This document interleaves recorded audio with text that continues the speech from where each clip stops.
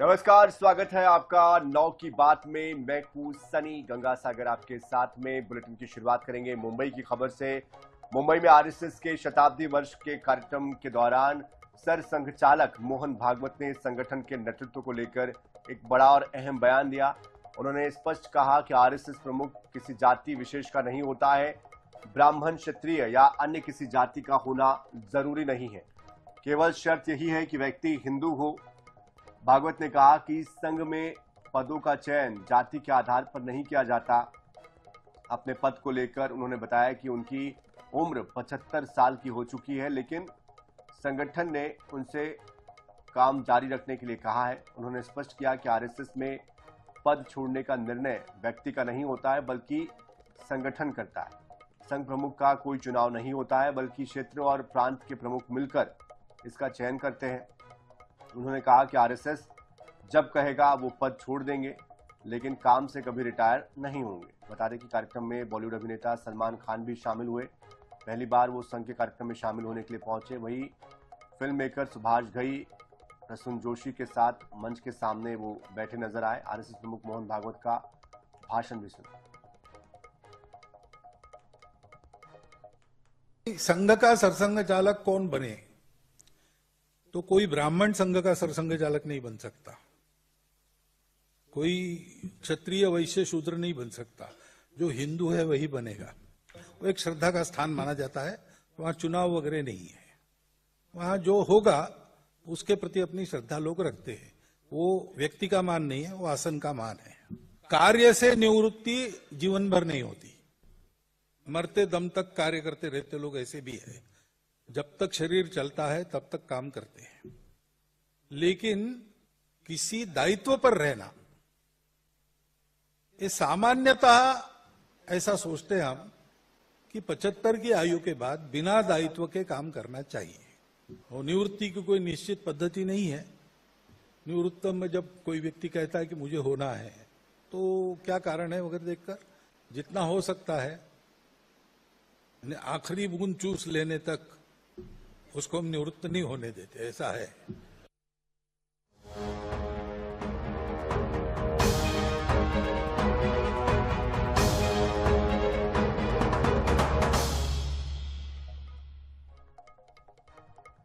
तो डेडलाइन पास है और बैठक खास है। जी हां, केंद्रीय गृह मंत्री अमित शाह का छत्तीसगढ़ दौरे का आज दूसरा दिन है और केंद्रीय गृह मंत्री अमित शाह की अध्यक्षता में नक्सलवाद को लेकर अहम बैठक हुई है। बैठकों में LWE यानी कि वामपंथी उग्रवाद, छत्तीसगढ़ में नक्सलवाद की मौजूदा स्थिति, बस्तर के समग्र विकास को लेकर विस्तार से चर्चा की गई है। इस दौरान केंद्रीय गृह मंत्री ने कई केंद्रीय और राज्य विभागों की समीक्षा भी की है। बैठक में छत्तीसगढ़ समेत नक्सल प्रभावित राज्यों के वरिष्ठ अधिकारी मौजूद रहे।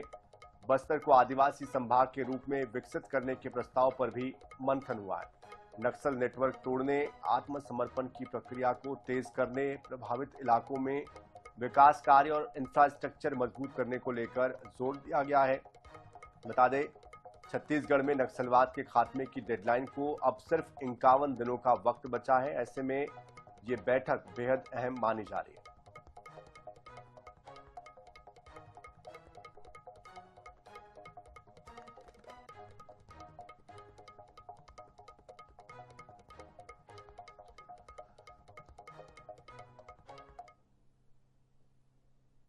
छत्तीसगढ़ की जनता को घपले, घोटाले और भ्रष्टाचार का परिचय कराने का काम कांग्रेस की भूपेश बघेल की सरकार ने किया। और कांग्रेस की सरकार आते ही एक हॉरर फिल्म की तरह एक छोटे से राज्य के सामने अनेक प्रकार के भ्रष्टाचार के मुद्दे आ गए। और कुछ समय मैं गृह मंत्री भी था जब उनकी सरकार थी, बघेल जी की सरकार थी। मैं निसंकोच कह सकता हूं कि छत्तीसगढ़ की कांग्रेस सरकार ने माओवादी मूवमेंट को प्रश्रय देकर रखा था। इसमें किसी ने शंका रखने की जरूरत। जिनके हाथ में हथियार है उसको शासन बल कैसे प्रश्रय दे सकता है, कैसे आसरा दे सकता है? मैं आज भी नहीं समझ पाता, उसका कारण भी नहीं समझ पाता। सतना जिले के चित्रकूट स्थित धारकुंडी आश्रम के संस्थापक संत स्वामी परमहंस सच्चिदानंद महाराज ब्रह्मलीन हो गए हैं। 102 साल की उम्र में मुंबई के बदलापुर आश्रम में उन्होंने अंतिम सांस ली। महाराज के निधन की सूचना मिलते ही देश भर में उनके लाखों अनुयायियों में शोक की लहर है। अंतिम दर्शन के लिए उनके पार्थिव देह को धारकुंडी आश्रम में लाया गया है। सोमवार को महाराज को आश्रम में समाधि दी जाएगी। महाराज के ब्रह्मलीन होने की सूचना मिलते ही मध्य प्रदेश के मुख्यमंत्री डॉक्टर मोहन यादव ने गहरा दुख व्यक्त किया। उन्होंने सोशल मीडिया पर लिखा कि सतना के धारकुंडी आश्रम के संस्थापक परम पूज्य स्वामी परमहंस श्री सच्चिदानंद जी महाराज के परलोक गमन का समाचार अत्यंत दुखद है। उनका संपूर्ण जीवन सेवा, साधना, मानवता के कल्याण को समर्पित रहा है। ईश्वर से प्रार्थना है कि दिवंगत को अपने श्री चरणों में स्थान दे। स्वामी जी के अंतिम दर्शन के लिए बड़ी संख्या में उनके अनुयायियों के साथ प्रदेश और देश भर के दिग्गजों का तांता लगा हुआ है।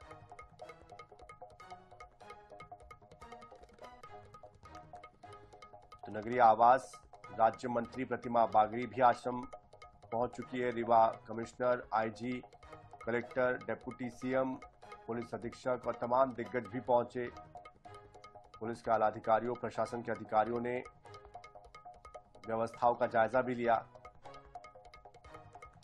तो विंध्य पर्वत श्रृंखलाओं के बीच अध्यात्म की अलग जगाने वाले संत स्वामी परमहंस सच्चिदानंद जी महाराज ने 22 नवंबर 1956 को धारकुंडी क्षेत्र में आश्रम की स्थापना की थी। घने जंगल वाले इस क्षेत्र में कठोर साधना की। उनका गुरुद्वारा चित्रकूट स्थित सती अनसुईया आश्रम में था, जहां पर उन्होंने आध्यात्मिक चेतना का प्रचार प्रसार किया।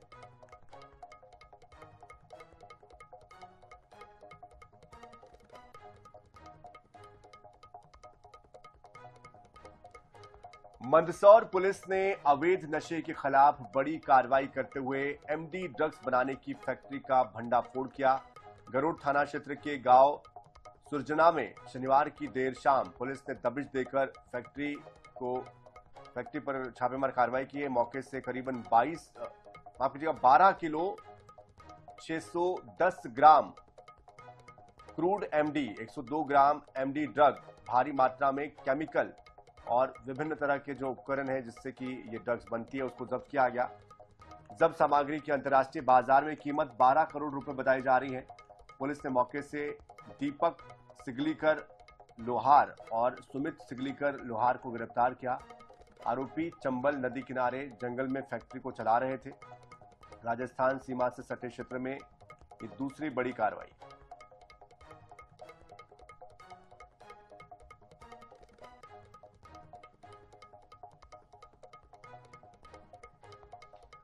ऑनलाइन गेमिंग की लत किसी तरह हमारे युवा पीढ़ी को बर्बाद ही कर रही है, क्योंकि लगातार हम देख रहे हैं कि कई उदाहरण सामने आ रहे हैं। रीवा में भी नाबालिग युवक और ऑनलाइन गेमिंग की एक ऐसी ही लत भारी पड़ गई। उसने अपनी मां के 15 लाख के गहने चुरा लिए। गहनों को दोस्त के घर में छुपा कर रखा। ऑनलाइन गेम का ये युवक आदी था। पैसे खर्च करने के लिए ये कदम उसने उठाया था। मामला तब सामने आया जब महिला ने जेवरात चोरी की शिकायत पुलिस में दर्ज की। पुलिस ने युवक की निशानदेही पर सीधी से जेवरात को उसके दोस्त के घर से बरामद कर लिया है। मामला चोरहट्टा थाना क्षेत्र का है, जहां पर मैदानी में सीधी से 2 बच्चों के साथ वैवाहिक कार्यक्रम में शामिल होने रीवा आई एक महिला के नाबालिग बेटे ने ही सोने चांदी के जेवरात चोरी कर लिए थे। महिला की शिकायत पर पुलिस को शक हुआ। युवक से कड़ाई से पूछताछ की गई। पुलिस को वो गुमराह कर रहा था, लेकिन जब ज्यादा सख्ती बरती गई तो उसने चोरी की बात को कबूल कर लिया। बता दें कि हाल ही में ऐसे ही ऑनलाइन गेम के चक्कर में दिल्ली गाजियाबाद से भी खबर आई थी, 3 बहनों ने अपनी जान गंवा दी थी। शादी से आने के बाद इन्होंने अपने सारे जेवरात जो है वो उतार करके घर में एक टिफिन के डिब्बे में रख दिया था और ये किसी काम में बिजी हो गई। इनका ध्यान जेवरात से हट गया। अचानक से जब ये लौट के आई और इन्होंने देखा तो वो टिफिन का बॉक्स जेवरात सहित गायब हो गया और उसमें करीबन 15 लाख कीमत के जेवरात थे, जिसमें सोने और चांदी के सारे जेवर थे। और इन्होंने थाने में तत्काल रिपोर्ट की हालांकि बच्चा शुरू से ही गुमराह कर रहा है, लेकिन हमें जहां तक उसने ये बताया है कि वो ऑनलाइन गेम खेलता है और शायद उसने पैसे किसी से उधार लिए होंगे और उसी ये संभावना है कि उसने उसी उधारी चुकाने के उद्देश्य से ये जो है सामान बिना बताए घर से चोरी किया है। कभी कभी जिंदगी इंसान की परीक्षा इतनी ज्यादा लंबी ले लेती है कि उम्मीद भी थकने लगती है, लेकिन अगर एक बहन ऐसा ठान ले तो सरहदें भी झुक जाती है।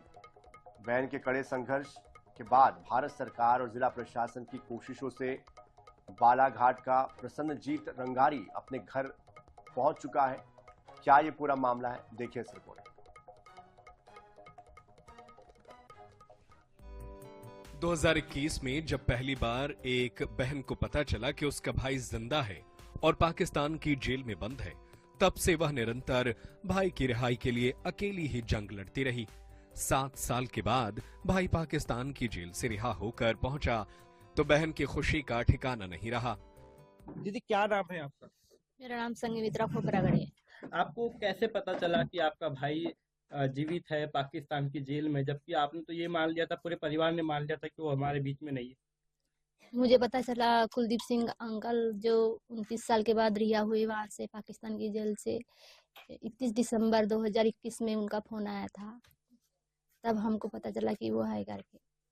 इन्होंने मेरे बड़े बाबूजी का मोबाइल नंबर दिया था, पर बड़े बाबूजी को फोन लगाए, बोल रहे थे अंकल जी, तो उनका कोई रिस्पांस नहीं आया। तो हमारे गांव के डेविस भैया की दुकान में जिनकी मेडिकल है, प्रोफाइल पे देख के उनके नंबर वहाँ पे फोन लगाए थे, तब पता चला कि ये है जिंदा है करके। कैसा लगा आपको जब आपके भाई के जीवित होने की जानकारी मिली? अच्छा लगा कि मेरा भाई जिंदा है पर पाकिस्तान की जेल में है, तो ये सोच के बहुत बेकार लग रहा था। उस समय टूट गई होंगी आप? मुझे तो लग रहा था कि कभी मेरा भाई वापस ही नहीं आएगा करके। क्या क्या प्रयास किया आपने? मैंने मैंने भी प्रयास किया और बहुत लोगों को मैंने बताया कि ऐसे ऐसा है करके, तो उन लोगों ने भी बहुत मदद की हमारी। प्रसन्नजीत अपनी बड़ी बहन संघमित्रा खोबरागड़ी के घर महके पार में है। उसकी वापसी से पूरा परिवार खुश नजर आया और घर में उत्सव जैसा माहौल था। प्रसन्नजीत ने बताया कि वह जबलपुर से ट्रेन में बैठकर दिल्ली चला गया था। वहां से पाकिस्तान कैसे पहुंचा उसे पता नहीं है। दिमाग खराब कर लिया और इन्हें सोचने समझने की कोई ऐसी स्थिति नहीं थी इनकी। सोचा समझा नहीं करते थे इन लोग, बस जहाँ मन हुआ वही गए, जहाँ मन लगा खाने का वही खाए, बस रिश्तेदार के घर में घूमा करते थे। मेरा भाई अच्छा हो और मेरी माँ से मिले और मेरी माँ भी पूरी तरह से ठीक हो जाए और जैसा जीवन पहले था वैसा जीवन आगे भी जिए। प्रसन्नजीत ने 2011 में जबलपुर के Khalsa institute of science and technology से बी फार्मा की पढ़ाई की थी। दिमागी हालात खराब होने के बाद भी प्रसन्नजीत को अपने कॉलेज का नाम कंठस्थ है। फिलहाल प्रशासन प्रसन्नजीत के स्वास्थ्य की जांच करा रहा है। एक कैदी हमारा पाकिस्तान से छोड़ा गया, पाकिस्तान सरकार द्वारा, जो हमारा अमृतसर में था। तो कलेक्टर साहब ने तत्काल निर्णय लेकर एक दल बनाया, 4 लोगों को दल बनाकर तत्काल हमारे द्वारा कलेक्टर साहब के नेतृत्व में एक दल भेजा और वहां से मेरे द्वारा भी वहां के थाना प्रभारी संपर्क करके और वहां से उनको लेकर आए और कल हमारे यहाँ आप पहुंच चुका है। अब उसका थोड़ा स्वास्थ्य ठीक नहीं है, तो अभी प्रशासन की ओर से भी हम उसको उचित इलाज कराएंगे।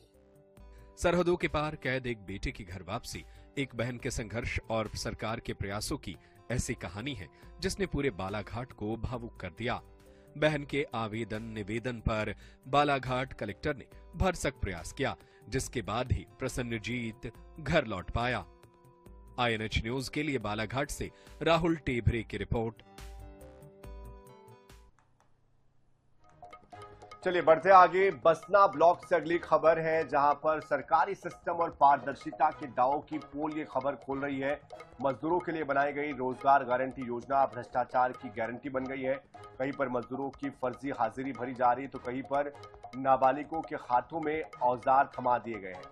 हद तो तब हो गई जब डबरी निर्माण के नाम पर किसान के साथ भी धोखा किया गया। हमारी ग्राउंड रिपोर्ट के जरिए आपको कुछ तस्वीरें भ्रष्टाचार की दिखाते हैं, जो उजागर कर रही है सिस्टम की मनमानी को। और मामला जनपद पंचायत बसना के आमापाली का है। यहाँ पर कागज पर विकास की डबरी खोदी जा रही है, लेकिन हकीकत में भ्रष्टाचार का गड्ढा गहरा होता जा रहा है। मौके पर हमारी टीम ने पड़ताल की है तो पता चला कि काम सिर्फ 12 मजदूर कर रहे हैं, लेकिन सरकारी मस्टर रोल में 18 से 20 मजदूरों के नाम चढ़ा दिए गए, यानी कि फर्जी मजदूरों की मजदूरी रोजगार सहायक की जेब में सीधे जा रही है। नाबालिग युवतियों से भी पत्थर उड़वाए जा रहे हैं, इसको लेकर भी सवाल खड़े हो रहे हैं। जी सर, मैं बोलना चाहता हूँ आमापाली में रोजगार गारंटी के नाम से भ्रष्टाचार हो रहा है, जिसमें निजी डबरी के नाम से किया जा रहा है। उसमें हमारे पिताजी श्री आलेख बारिक और विद्याधर के नाम से एक निजी डबरी का खनन हो रहा है। उसमें 12-13 जने काम करने आते हैं, लेकिन उसमें 18-20 लोग का नाम डाला रहता है। अभी मनरेगा में डबरी काम सभी जगह लगभग सेंक्शन हुआ है और सभी जगह नियम से काम कराने को उनको निश्चित किया गया है। अगर किस प्रकार की ऐसे अनियमितता पाई जाती है तो हम लोग उसको जांच करा के कार्रवाई करेंगे। किसी भी जनपद के कोई भी काम में नाबालिग से काम कराना वर्जित है और अगर ऐसा है तो ये गंभीर त्रुटि है और इसको मैं एक बार चेक करा लेता हूँ। इसमें ग्वालियर के बिचौली थाना क्षेत्र के खीरिया मोदी गांव में हैवानियत की शर्मनाक घटना सामने आई है, जहां पर बालिग और नाबालिग 2 सगी बहनों के साथ दुष्कर्म किया गया है। पीड़िता के मौसेरे भाई और उसके दोस्त ने बच्चियों के घर में ही दुष्कर्म की वारदात को अंजाम दिया। दुष्कर्म के बाद आरोपियों ने शादी का झांसा देकर दोनों बहनों को रेलवे स्टेशन लेकर वो पहुंचे, जहां पर उनसे टिकट और रुकने की व्यवस्था के बहाने 40,000 रुपए नगद और चांदी की पायल लेकर मौके से फरार हो गए। उनसे लेने के बाद और शिकायत के बाद पुलिस ने तत्काल कार्रवाई करते हुए आरोपियों को गिरफ्तार कर लिया है और उनके साथ रात में वहीं रुक करके जो है गलत काम किया। इस बात को जब उनसे विस्तृत पूछताछ की गई तो उनके द्वारा बताया गया कि जो उसका दूर का मौसेरा भाई था वो उसके साथ जो है शादी करना चाह रही थी। वो लड़की भी शादीशुदा है और ये दोनों जो मित्र हैं, उसका मौसेरा भाई और उसका मित्र, ये दोनों इनको वादा किया था कि हम लोग आपको बाहर ले जाएंगे और वहाँ शादी कर लेंगे और वहीं रहेंगे। इस तरीके की इन लोगों के मन में विश्वास दिलाया। सूरजपुर के रेसारा गांव से एक हैरान कर देने वाला मामला सामने आया। वन विभाग में फायर वॉचर के रूप में काम करने वाला युवक बीते 8 दिनों से एक बैग में खाना लेकर थाने के चक्कर काट रहा है। रामधारी का आरोप है कि 28 जनवरी की शाम उसकी मां पड़ोस के एक न्योता भोज में गई थी, जहां पर उसके लिए खाना पैक कर दिया गया। देर रात होने के कारण उसने भोजन नहीं किया, लेकिन सुबह देखा तो चावल का रंग पूरी तरीके से लाल पड़ चुका था। उसे खाने में जहर मिलाने जाने की आशंका है और इसी शक के चलते चेंद्रा पुलिस चौकी से लेकर एसपी दफ्तर तक वो भोजन की थैली लेकर शिकायत करता रहा और इस पर जांच करने की मांग, कार्रवाई करने की मांग करता रहा। मेरा कारण यही है कि पार पड़ोसी से खाना मेरे माता जी ले गया। उसके बाद वो देखा, मैं सुबह खाने के लिए देखा तो वो काला लाल पड़ गया। उसी में से हम लोग को शक है सर, कुछ गांव में जमीन विवाद हुआ है। किसी समारोह से खाना लेकर आई थी और जो खाना उसने सवेरे देखा तो लाल हो गया था। उसी से उसको शक हो रहा है कि इसमें जहर है। उसकी शिकायत आवेदन ली गई है। संबंधित थाना चौकी को निर्देशित किया है कि उसकी शिकायत का जांच कर निराकरण करें। कांकेर जिले के नरहरपुर में शराब दुकान के अहाते में उस वक्त सनसनी फैल गई जब वहां सो रहे युवक के पास अचानक जंगली भालू आ गया। भालू करीब 4 मिनट तक युवक के आसपास घूमता रहा, जिससे वहां पर मौजूद लोगों की सांसें थम गई थी। इस दौरान युवक पूरी तरीके से शांत रहा, सूझबूझ दिखाते हुए वो बिल्कुल भी हिला नहीं, कोई उसने सक्रियता नहीं दिखाई, हाथ पैर नहीं हिलाए, अवचेतन रहा। भालू से सूंघता रहा। कुछ देर तोड़फोड़ मचाने के बाद वहां से वो चला गया। गनीमत ये रही कि युवक पूरी तरीके से सुरक्षित है। इस घटना का वीडियो सोशल मीडिया पर भी अब वायरल हो रहा है।